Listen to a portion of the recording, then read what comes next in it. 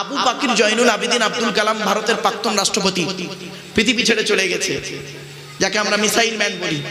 তারা আজকে চলে গেছে, পৃথিবীতে কেউ বেঁচে নেই, কিন্তু তাতে রেখে যাওয়া স্মৃতিগুলো আজও রয়ে গেছে। যারা শুধু মরে নাহি দেয় প্রাণ, তাদের কবু কোনোদিন করেনি সম্মান। এই জন্য ছেলেকে ধনী না বানিয়ে জ্ঞানী বানিয়ে যান। এই কোরআনে বলা হলো, কোরআনের প্রথম বাক্য ছিল ইকরা রিড। কোরআনে বলা হয়েছে 82 জায়গায় বিভিন্ন অ্যাঙ্গেলে নামাজের কথা। কত জায়গায়? 82 জায়গায় বলা হয়েছে বিভিন্ন অ্যাঙ্গেলে নামাজের কথা, আর 92 জায়গায় বলা হয়েছে লেখাপড়ার কথা। তো কোন সংখ্যাটা বেশি, 82 না 92? তাহলে আপনি লেখাপড়ায় পিছিয়ে কেন? এই কোরআনে বলা হলো আফলা ইয়াতাদাব্বারুনাল কুরআন। আল্লাহ বলছেন 5 নম্বর পারা একেবারে 10 নম্বর পৃষ্ঠা 9 নম্বর লাইন সূরার নাম সূরা নিসা, আর 26 নম্বর পারা 8 নম্বর পৃষ্ঠা 4 নম্বর লাইন সূরার নাম সূরা মুহাম্মদ। আফলা ইয়াতাদাব্বারুনাল কুরআন, তারা কি কোরআনকে নিয়ে একটা চিন্তা ভাবনা করলো না? আমরা তো কোরআনকে নিয়ে চিন্তা ভাবনাই করিনি। যারা গবেষণা করেছে তারা উন্নতির চরম শিখরে পৌঁছেছে। ইহুদিরা এই কোরআন থেকে গবেষণা করে মিসাইল বের করেছে, আর সেই মিসাইল বের করে মুসলমানদের উপরে মারছে। আর মুসলমানরা কি করছে? রব্বানা জালামনা করছে, মসজিদে বসে আল্লাহ আল্লাহ ডাকছে। আল্লাহ বলছে, বোকা মাথা মোটা মুসলমান, তো আমার দেওয়া কোরআন তোদের কাছেই তো পাঠিয়েছিলাম, তোরা তো গবেষণা করবি। তোরা গবেষণা না করে ওরা গবেষণা করেছে, তো ওরা সেটা নিয়ে তোদের উপরে মারছে, আর তোরা রব্বানা জালামনা করছিস। কিছু বুঝতে পারছেন আমার কথাটা? শুনতে একটু টক লাগবে, বাড়ি থেকে ভাববেন, বাড়ি থেকে ভাববেন একটু প্লিজ। যে জাতি লেখাপড়ায় পিছিয়ে, সে জাতি সব দিকে পিছিয়ে। আমরা শিক্ষার গুরুত্ব বোঝা থেকে আমরা বলি, শতমূর্খ লয়ে আমি স্বর্গে নাহি যাব, দ্বাদশ পণ্ডিত নিয়ে পাতালেই রব। 100 জন মূর্খ মানুষকে নিয়ে স্বর্গে গিয়ে কোনো লাভ নেই, 12 জন শিক্ষিত লোককে নিয়ে নরকে থাকা অনেক ভালো। শিক্ষার গুরুত্ব বোঝা থেকে আমরা বলি, কি মূর্খ বন্ধুর থেকে শিক্ষিত শত্রু ভালো। কথা আমরা বলি, একদম বাস্তব কথা। আপনি আজকে রাতে জলসা শোনার পরে কালকে বাড়ি যাবেন, বাড়িতে গিয়ে সকালবেলা না একজন শিক্ষিত লোকের সঙ্গে তর্ক করবেন। যেন একটা কলেজের প্রফেসরের সঙ্গে আপনি সকালবেলা তর্ক করবেন।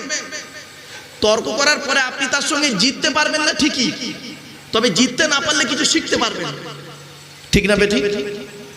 কলেজের প্রফেসরের সঙ্গে তর্ক করে আপনি জিততে পারবেন না ঠিকই, যেহেতু আপনি 8 পাস, তিনি ডক্টরের লোক, তার সঙ্গে জিততে পারবেন না ঠিকই, কিন্তু জিততে না পারলে কি করবেন? কিছু শিখতে পারবেন। আর সকালবেলা ঘুম থেকে উঠে একজন মূর্খ লোকের সঙ্গে তর্ক করবেন। আপনি মূর্খ লোকের সঙ্গে তর্ক করবেন, কি হবে জানেন?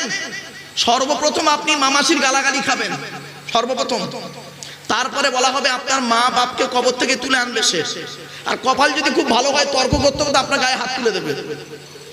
ঠিক একদম বাস্তবটাই বললাম। এজন্য আপনাদেরকে বলে যাচ্ছি, ছেলেদেরকে মাধ্যমিক, উচ্চ মাধ্যমিক, বিএ পাস, এমএ পাস, আলেম, হাফেজ, মাস্টার, ডাক্তার, ইঞ্জিনিয়ার, প্রফেসর করানোর সাথে সাথে মেয়েদেরকেও মাধ্যমিক, উচ্চ মাধ্যমিক, বিএ পাস, এমএ পাস, আলেম, হাফেজা, মাস্টার, ডাক্তার, ইঞ্জিনিয়ার, প্রফেসর করাবেন। কারণ কি জানেন? ইংরেজিতে একটা কথা আছে, 1 mother is equal to 100 teacher. একটা মা হলো 100 জন শিক্ষকের সমতুল্য। আপনি কি জানেন? আপনি এই পৃথিবীতে চলতে গেলে, সারা ওয়ার্ল্ডে এখন চলতে গেলে ইন্টারন্যাশনাল ল্যাঙ্গুয়েজ হলো ইংলিশ। আপনাকে জানা অবশ্যই জরুরি। ইংরেজি আপনাকে জানতেই হবে, না হলে আপনি চলতে পারবেন না পৃথিবীতে। আপনি কি জানেন? আপনি যে ধর্মের মানুষ, ধর্মের ভাষাটাও আপনাকে জানতে হবে, রিলিজিয়াস ল্যাঙ্গুয়েজ অ্যারাবিক। আপনি কি জানেন ভারতের ন্যাশনাল ল্যাঙ্গুয়েজ কি? ভারতের হিন্দি। হিন্দিটাকেও আপনাকে জানতে হবে। আপনি শুধু বাংলায় পড়েছেন, বাংলাটাই বুঝেছেন, মনে করছেন that's enough, this idea is very wrong. ভারতের বাংলা কোথায় কোথায় চলে? পশ্চিম বাংলায় চলে বাংলা, ত্রিপুরায় চলে বাংলা, আবার ত্রিপুরার এই শেষের উপরের দিকে না ট্রাইব্যুনাল এলাকায় বাংলা চলে না। আর আসামের বেশ কিছু ডিস্ট্রিক্টে বাংলা চলে, বাকি সব অ্যাসামিস চলে। ভারতের প্রত্যেকটা রাজ্যে গিয়ে যতটুকু এক্সপিরিয়েন্স হয়েছে সেটাকে আপনাদের সঙ্গে শেয়ার করছি। বাস্তবটাই বললাম। আপনি ছেলেকে ইংরেজি কেন শেখাননি? আপনি আপনার ছেলেকে ইংরেজি শেখান। আপনি একটা লেটার লেখার জন্য, একটা ফর্মকে ফিল আপ করার জন্য আপনি দাঁড়িয়ে আছেন, একজন লাইন দিয়ে দাঁড়িয়ে আছেন ফর্মটা ফিল আপ করার জন্য, কেন সেটা পারলেন না? কথাটা শুনতে টক লাগলো। এ দোষটা আপনাদের নয়, আমাদের কিছু মৌলবি, আমাদের ধর্মের কিছু মৌলবি, সকলে নয়। আপনাদেরকে মাথায় ঢোকানো হয়েছিল ইংরেজি শিখে কি হবে, ইংরেজি শিখে কি হবে, ইংরেজি ইহুদিদের ভাষা, নাসারাদের ভাষা, এই বলে ফতোয়া দিয়েছিলাম। আমি এখন বুঝতে পারি, আমি যখন প্রথম জীবনে লেকচার দিতে যাই বাবা, তো আমি বেশ কিছু জায়গাতে মানে খুব মানে কলেজের প্রফেসররা ছিলেন, সেখানে অনেক মানে অ্যাডভোকেটও ছিলেন। তো আমি সেখানে লেকচার দিতে গিয়ে, যেহেতু যেখানে রয়েছে শ্রোতাগুলো এডুকেটেড পারসন, শিক্ষিত মানুষ, সেখানে আমি ইংলিশ টার্ম কিছু ইউজ করি, মানে ইংরাজি ভাষা শব্দ কিছু ব্যবহার করি। তো আমার পরবর্তী বক্তা আমার খুব মনে আছে, আমি স্টেজ থেকে নেমেছি, নামার পর একজন পরবর্তী বক্তা তিনি উঠলেন, উঠে ফট করে বললেন, ইংরাজি শেখার জন্য এই জলসা দেওয়া হয়েছে, ইংরাজি শুনলে কি নেকি হবে? তো ভালো, আমি আর কিছু প্রতিবাদ করিনি। আল্লাহর কি শান, ওখানে বসেছিলেন খুব এডুকেটেড পারসনগুলো, সেই শিক্ষিত মানুষগুলো কমিটিকে বললো বক্তাটাকে নামিয়ে দে। বলছে কেন? বলছে আরে প্রত্যেক ভাষার সৃষ্টিকর্তা কে? আল্লাহ, এই কোরআনে আছে, শুনে নিন, আমি রেফারেন্সটা দিয়ে দিচ্ছি। 21 নম্বর পারার 5 নম্বর পৃষ্ঠা 9 নম্বর লাইন, সূরার নাম সূরা রুম। ওয়ামিন আয়াতিহি খালকুস সামাওয়াতি ওয়াল আরদ ওয়া ইখতিলাফু আলসিনাতিকুম ওয়া আলওয়ানিকুম। আল্লাহ বলছেন আমার নিদর্শনের মধ্য থেকে একটা নিদর্শন কি জানিস? তোদের গায়ের রংটা আলাদা করেছি আর মুখের ভাষাটাও আলাদা করেছি। জোরে বলুন সুবহানাল্লাহ। তো যে আমেরিকায় যারা থাকেন, আমেরিকায় যারা মাওলানা সাহেব আছে তো নাকি, আমেরিকায় মুসলমান আছে তো নাকি, বলুন না ভাই। তো আমেরিকায় যখন লেকচার দেয়, ইমাম সাহেব যখন ওই আমেরিকার লোকেদের যখন লেকচার দেয়, কোন ভাষায় বলে? বাংলায়, বাংলায় বলে, তাদের মাতৃভাষায় বলে, তার মানে ইংলিশে বলে। তুমি ইংরেজি জানো না বলে অপরকে ঘৃণা করছো, তাহলে বুঝতে হবে তুমি হচ্ছে ঘৃণিত নিকৃষ্ট লোক। মনে রাখবেন, মাস্টার ডিগ্রি ছেলেদেরকে এসএসসি এমএসসি ছেলেমেয়ের পড়াই তো বাবা। তো সার্ভিস কমিশন স্টুডেন্ট, ওরা যে বছর মানে বিদায় নেয়, তো সেই বছরে ওদেরকে একটা ট্রেনিং দিই আমি। তো ট্রেনিং দেওয়ার সময় MA BEd স্টুডেন্ট সব, তো আমি ওদেরকে বলেছিলাম, বলছে স্যার আজকে তো আমরা শেষ আপনার কাছে পড়া মানে কোচিং নেওয়ার শেষ দিন, তার তো আপনার সঙ্গে দেখা হবে না। যদি আমরা চাকরি পেয়ে যাই তাহলে স্কুলে চলে যাব, আর যদি আমরা চাকরি না পাই আবার আপনার কাছে পড়ার জন্য আসবো। তো আজকের কিছু একটু উপদেশ দিন, যেটা সাবজেক্টের বাইরে, মানে পাঠ্যপুস্তকের বাইরে। তো ওদেরকে বলেছিলাম জ্ঞানের 3টে স্তর আছে। কটা স্তর বাবা আমার সাথে একটু বলেন না প্লিজ, আমার সাথে একটু কথা বলেন, আপনারা একটু উত্তর দেন, তাহলে ভালো লাগবে। দেখেন না, লস হবে না ইনশাল্লাহ। তো ওদের বলেছিলাম জ্ঞানের 3টে স্তর আছে, জ্ঞানীদের 3টে স্তর। বলছে কিরকম স্যার? সংশয় নোট করছে, আমি নোট কর, ছেলে মেয়ে উভয় আছে। তাহলে 1 নাম্বার, প্রথম নাম্বারের জ্ঞানীরা হয় কি জানেন? প্রথম স্তরের জ্ঞানীরা হয় অহংকারী। কি বললাম বাবা? অল্প বিদ্যে ভয়ঙ্করী। সামান্য ছেলেটা উচ্চ মাধ্যমিক পাস করেছে, এবার চাই বাবা বস, বাপ বস, তুই বস ওখানে বস, কথা বলো না, আমি যা বলবো শুনবে তো, মাথায় রেখে। বুঝতে না পারলে তুমি আমাকে বলবে, ক্লিয়ার? যে আমি এটা বুঝতে পারিনি, আমি তোমাকে বোঝানোর চেষ্টা করব, ক্লিয়ার? চলো, নবীজির একটা আদর্শ হলো কি জানেন? নবীজির মজলিসে যিনি বসতেন, তিনি 80 বছরের বৃদ্ধ লোকটাও বুঝতে পারতেন মুহাম্মদ সাল্লাল্লাহু আলাইহি ওয়াসাল্লাম কি বলছেন। আর 8 বছরের আনাস রাদিয়াল্লাহু তাআলা আনহু তিনিও বুঝতে পারতেন 8 বছরের বাচ্চাটা নবীজি কি বলছেন। এটাই হলো লেকচার। বিএডের ছেলে মেয়ে যখন পড়াতাম, বিএডের একটা টপিক আছে জানবেন, লেকচার মেথড, কিভাবে লেকচার দিতে হয়। তা আপনি এমনভাবে লেকচারটা দেন যাতে করে আপনার এই জায়গাতে সকল শ্রেণীর মানুষ যেন আপনার ভাষাটা বুঝতে পারে, ঠিক না বেটি? ওই মুসলমানরা দাড়িওয়ালারা বুঝলো, আর জেনারেল শিক্ষিত মানুষটা আমার ভাষাটাই বুঝতে পারলো না, তাহলে ও বেচারা আশাটাই ওর বেকার হয়ে যাবে, ঠিক না বেটি? এই জন্য আপনারা বুঝতে না পারলে আমাকে বলবেন, I shall try my best, আমি চেষ্টা করবো আমার ভালোটা আপনাদের কাছে তুলে ধরতে। চলো, সামান্য ছেলেটি, আচ্ছা প্রথম স্তরের জ্ঞানীরা কি বললাম? বলবো অহংকারী হয়, অহংকারী প্রথম স্তরের জ্ঞানীরা। তো বলছে স্যার কিরকম? বলছে ধর সামান্য একটা স্টুডেন্ট উচ্চ মাধ্যমিক পাশ করেছে, সামান্য একটা স্টুডেন্ট উচ্চ মাধ্যমিক পাশ করেছে, করার পরে ও মনে ফার্স্ট ডিভিশন পেয়েছে, ভালো নাম্বার পেয়েছে, 80 মার্কস পেয়েছে। ওর মনে মনে হচ্ছে আমি খুব ভালো নাম্বার পেয়েছি, ও খুব বিশাল মনে করে অনেক কিছু শিখে ফেলেছে। কিন্তু না, ওই উচ্চ মাধ্যমিক স্টুডেন্টটাকে যদি বলা হয় তুই বলতো বাংলা ভাষার মধ্যে ব অক্ষরটা দুবার কেন, প ফ ব আর অন্তর্জ র ল ব, তো একটা ভাষার মধ্যে একই অক্ষর দুবার এলো কেন? তো অন্য ভাষার লোকেরা তো এই ভাষাটাকে খারাপ বলবে। এ ভাষার কি গুরুত্ব? একটা ভাষার মধ্যে একই অক্ষর দুবার, প ফ ব অন্তর্জ র ল ব, ইংরেজির মধ্যে তো নেই, অ্যালফাবেটের মধ্যে, তো এই বাংলার মধ্যে দুটো এলো কেন? হয়ে গেছে। এই কোরআনে বলা হয়েছে কি জানেন?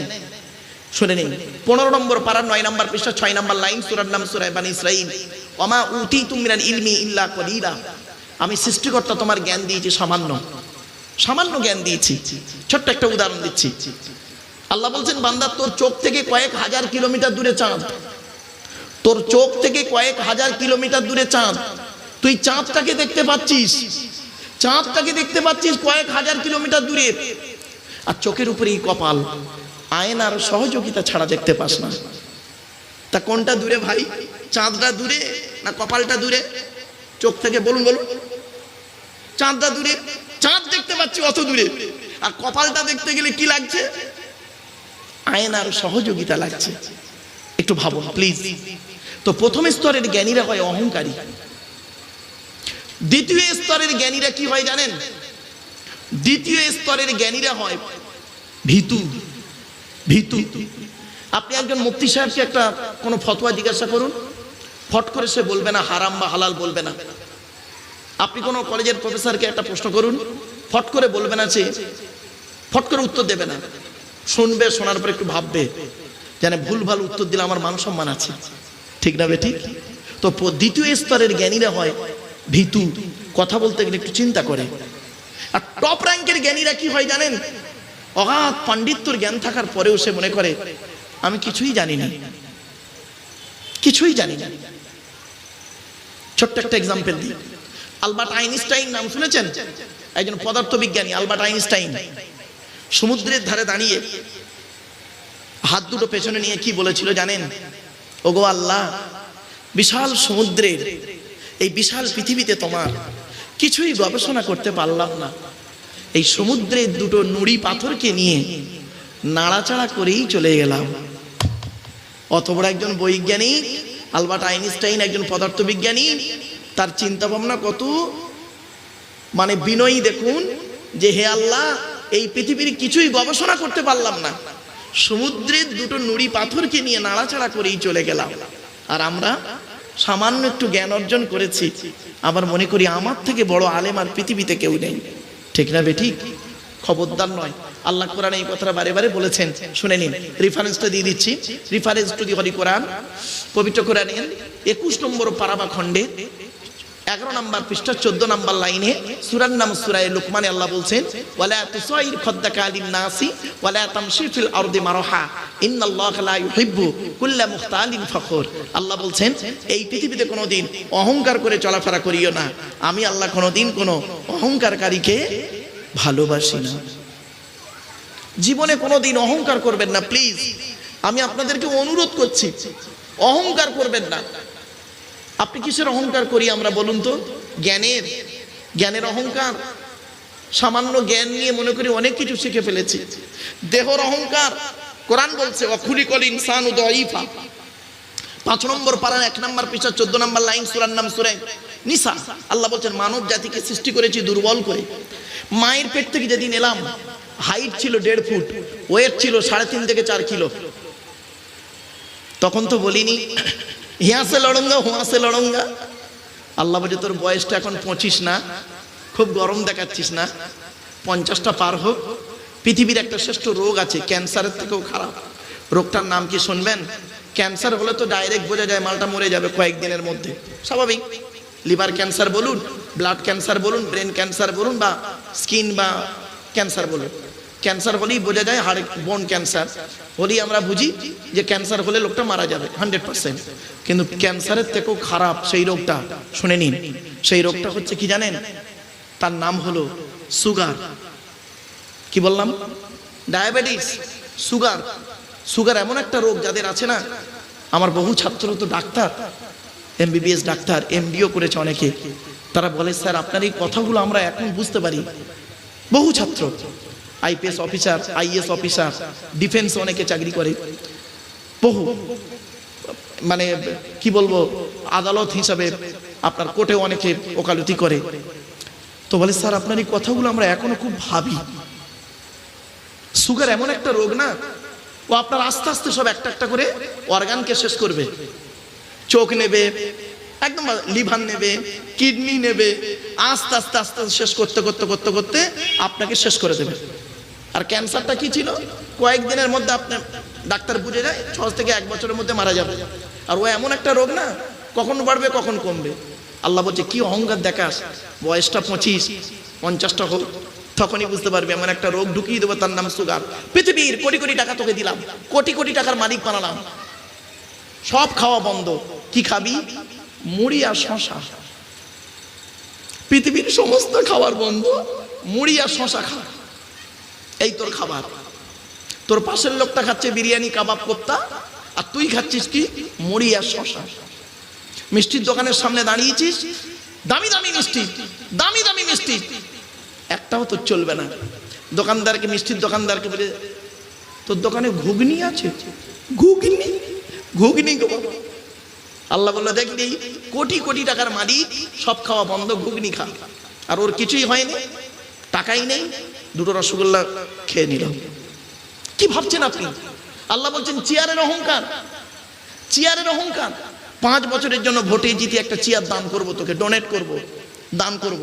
ওই চেয়ারের মর্যাদা যদি রাখতে পেরেছিস তো ভালো, পরের ইলেকশনে এমন হারাবো, তুইও যা একটা টোটোওয়ালা ওঠা, ঠিক না বেটি? জাস্ট ফর এক্সাম্পল, আজ থেকে 30 বছর আগে ধরুন আপনাদের এলাকায় একজন প্রধান ছিল, জাস্ট ফর এক্সাম্পল, ভুল বুঝবেন না আমাকে। ধরুন আপনাদের এলাকায় 30 থেকে 40 বছর আগে একজন প্রধান ছিল। সেই প্রধান তখন কি করতো? যখন সে প্রধান হয়েছিল, প্রথম 3-4 বছর খুব রিল্যাক্সে ঘুরেছে, বিশালভাবে জীবনযাপন করেছেন। এখন তার প্রধানও চলে গেছে, ছেলেরা ভাত দেয় না, এখন সে বুড়ো হয়ে গেছে, 70 বছরের বুড়ো প্রধান, প্রাক্তন প্রধান। কি করছে জানেন? টোটো চালাচ্ছে। আল্লাহ বলছে দেখ কিভাবে কোথায় নিয়ে যায়। আল্লাহ বলছে কিসের অহংকার করিস? লাঠির বল, পাটির বল, কোনো বলই আমার কাছে চলবে না। ছোট্ট একটা কথা আপনাদের বলি, ধরুন জাস্ট ফর এক্সাম্পল, রেখে যাবেন না কেউ, আর কাউ গায়ে পেতে নেবেন না, আমি এক্সাম্পল গুলো দিচ্ছি বাবা।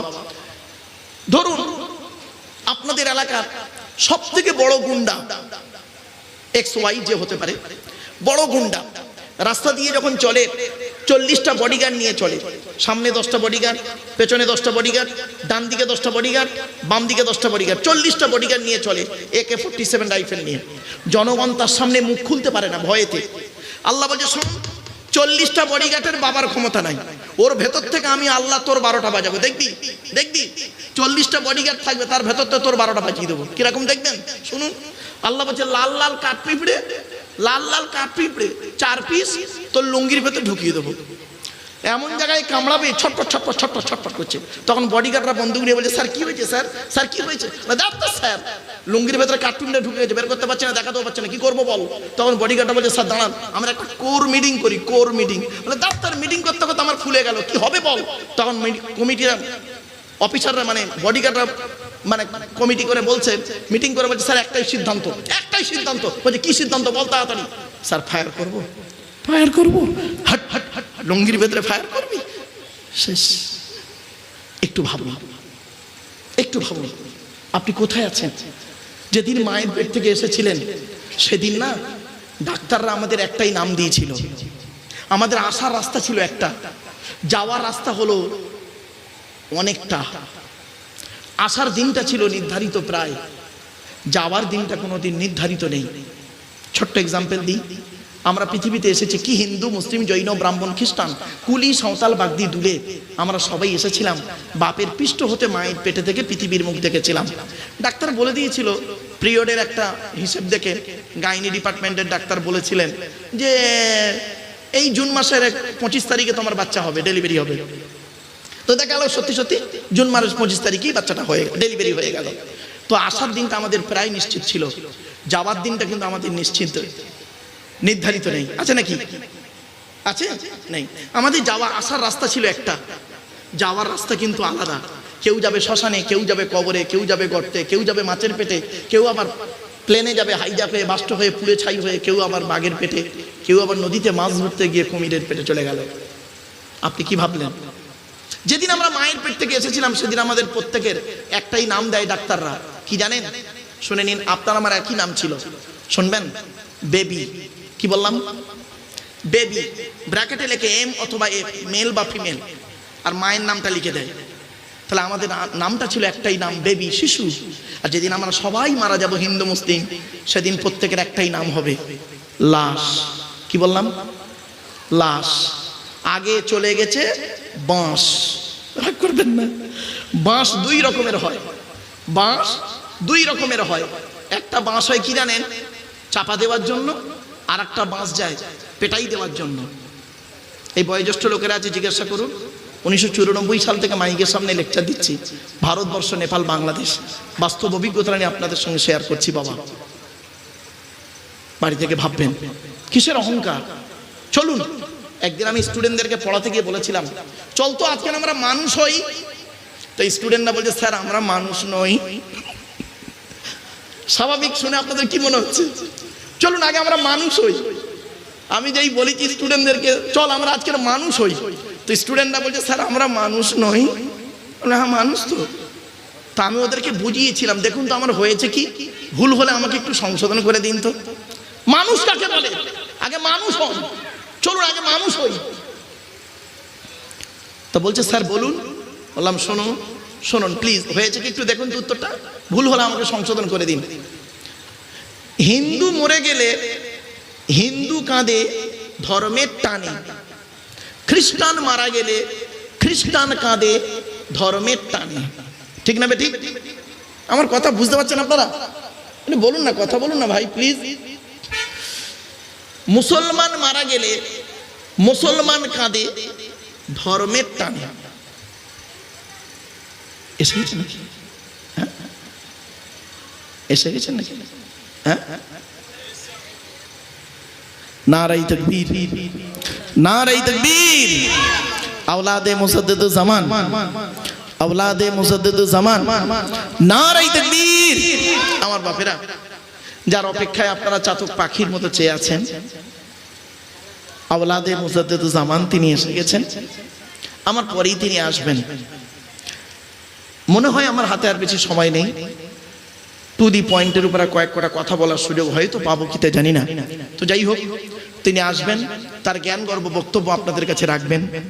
আমি কয়েক কটা কথা আপনাদের সঙ্গে একটু বলে নিই। আসুন, একটা কথা বলছিলাম, কি বললাম ভাই একটু বলে খেয়াল করিয়ে দিন তো। মানুষ হতে গেলে তো হিন্দু মরে গেলে হিন্দু কাঁদে ধর্মের টানে, ভালো করে বুঝে নিন প্লিজ। খ্রিস্টান মারা গেলে খ্রিস্টান কাঁদে ধর্মের টানে, মুসলমান মারা গেলে মুসলমান কাঁদে ধর্মের টানে।